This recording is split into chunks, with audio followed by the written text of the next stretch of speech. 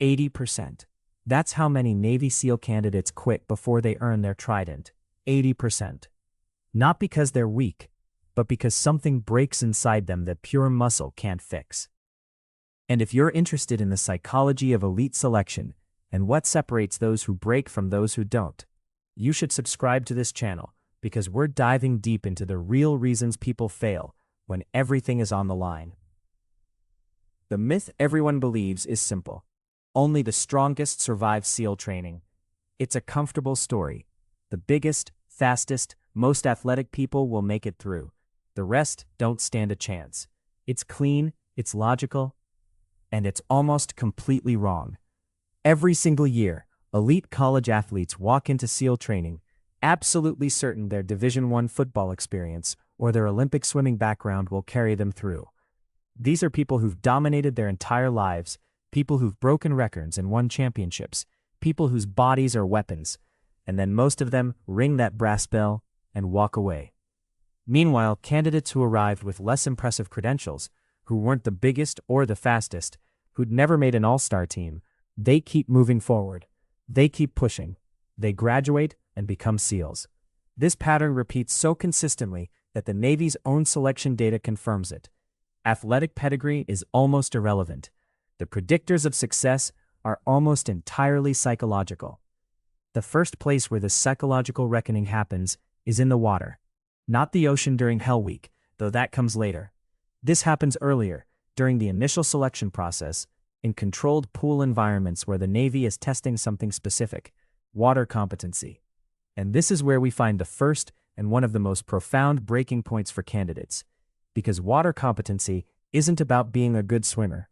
The Navy doesn't care if you swam varsity in college or if you've never competed. What they're testing is whether your mind will surrender to the panic that comes when you're submerged, when you can't breathe, when your body's primal survival instinct is screaming at you to stop. The tests are deceptively simple on paper. Candidates must swim certain distances without touching the bottom. They must tread water for extended periods. They must retrieve objects from the bottom of the pool while holding their breath. Straightforward tasks that any competent swimmer should manage, but there's a psychological component embedded in the design that most candidates don't expect. The instructors deliberately create scenarios where panic is the natural response. They push candidates underwater longer than seems reasonable. They place objects just barely out of reach so that the initial dive attempt fails. They manipulate the environment so that the body's terror response gets activated. And here's what separates those who continue from those who quit. It's not lung capacity or swimming skill. It's whether the mind can override the evolutionary programming that's telling it that drowning is happening. It's whether you can trust that you're in a controlled situation, even though every nerve in your body is convinced you're dying. Elite athletes fail this test all the time because they've never had to sit with that level of fear before. In sports, when something goes wrong, you slow down, you call a timeout, you make a substitution. Your coach pulls you out. But in the pool during these tests, there is no stopping. There is no timeout. There is no one pulling you out unless you signal that you want to quit. The expectation is that you keep going. You keep pushing down into the water. You keep holding your breath. You keep trusting that the panic you're experiencing is not actually a threat. And the moment you decide that you can't trust that, the moment you decide that the fear is too much, you surface and you're done. The Navy has just discovered something crucial about your psychology under extreme stress. They've learned that your mind surrenders before your body ever has to.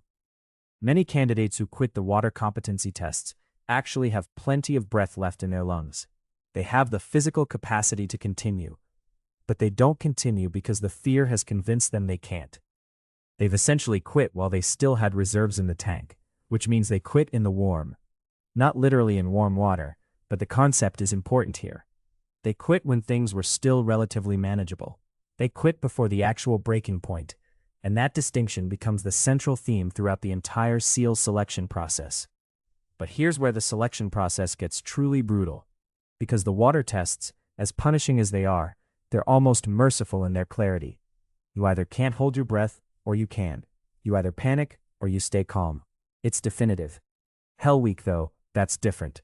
Hell Week is 5 days and nights of intentional sleep deprivation designed to collapse your decision-making architecture from the inside out. And this is where most candidates discover that their willpower wasn't actually theirs at all. It was borrowed. It was an ego loan that comes due when your brain stops receiving the basic biological requirements to function. The first 36 hours are almost manageable. You're running on adrenaline and novelty.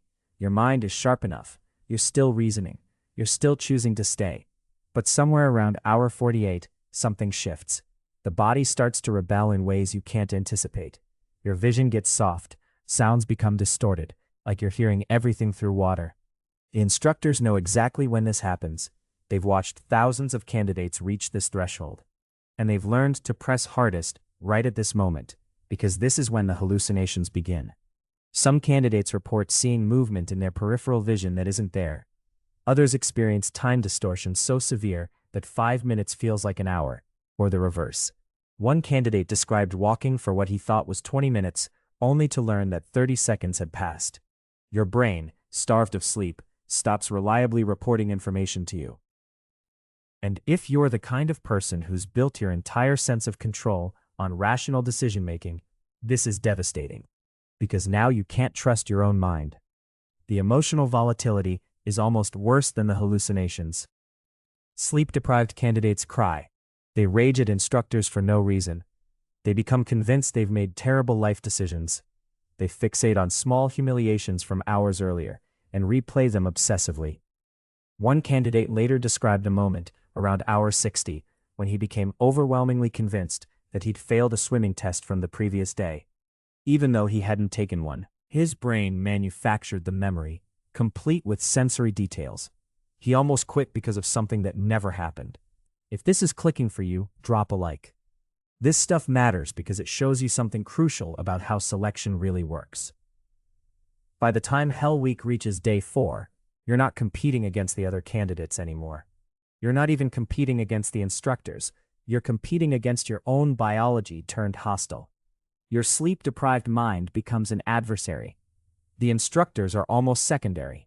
They're just creating the conditions where your own neurology does the real work of eliminating you.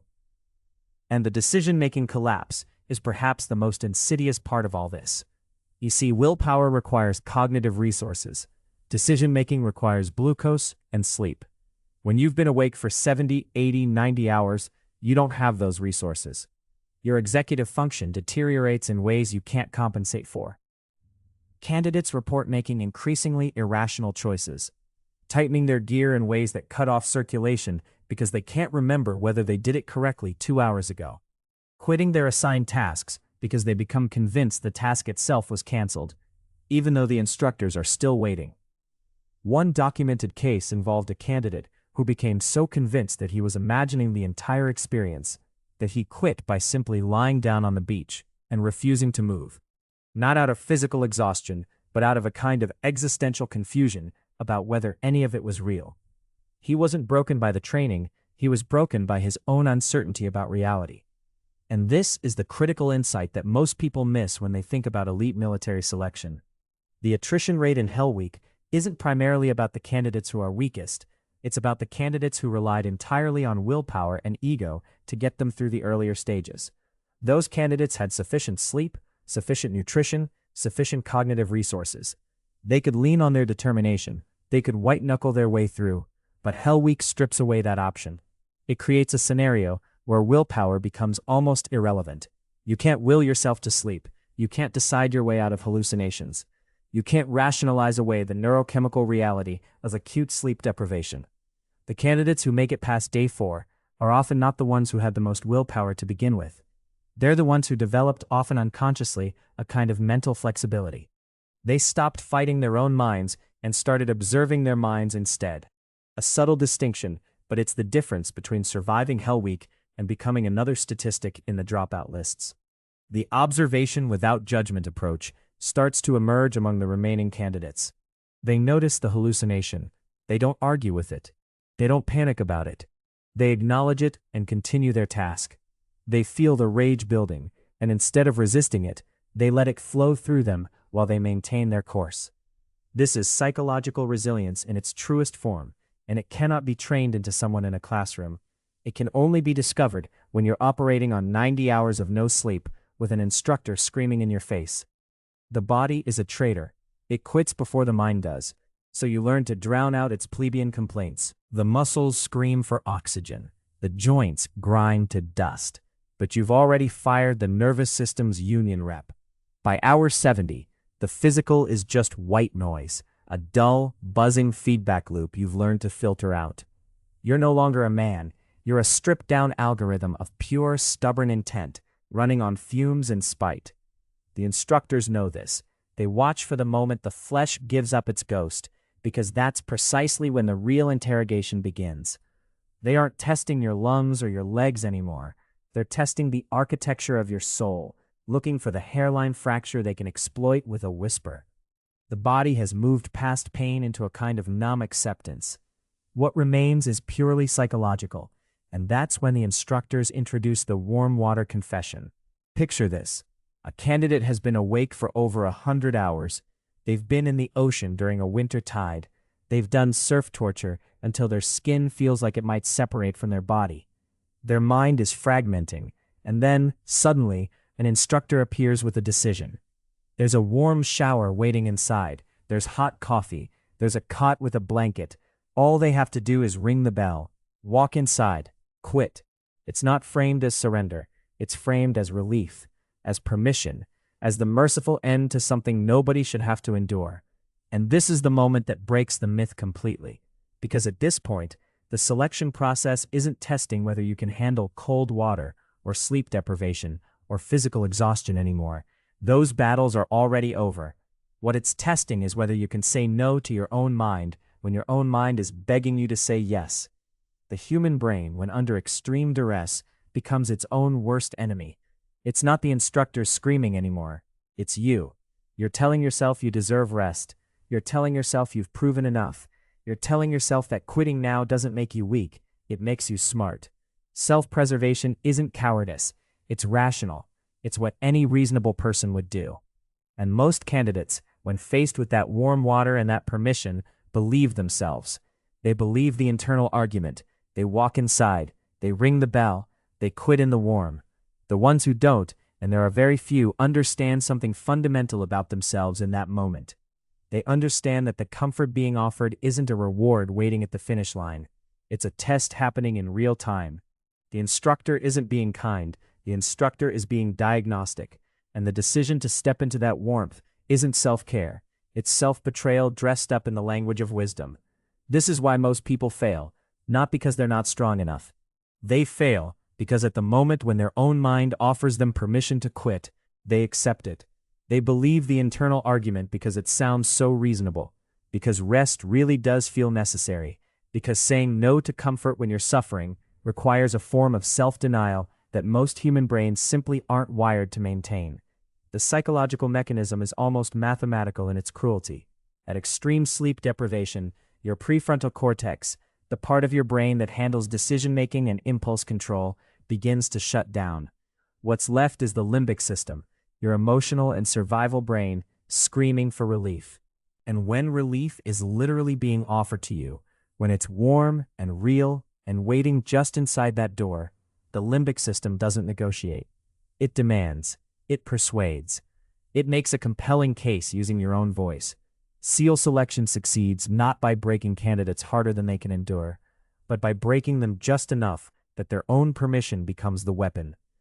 The bell is always there. The warm shower is always waiting. The way out is always open. And in that openness lies the entire test. Because what separates the ones who make it from the 95% who don't isn't pain tolerance or physical capability. It's the ability to listen to their own desperate mind, begging for relief, and then, consciously and deliberately, say no. That's what they're actually selecting for. That's the skill that can't be trained in a gym or built through conditioning. It's the ability to betray your own comfort in service of something you've decided matters more. It's self-governance at the moment when self-governance is hardest. It's the internal permission to suffer, granted not because you enjoy it, but because you've decided in advance that you won't accept the reasonable argument your own mind will make when the moment arrives. Most people fail because they haven't made that decision yet. They arrive believing the test is about toughness. They learn too late that it's about clarity, about knowing yourself well enough to recognize when you're lying to yourself about what you need.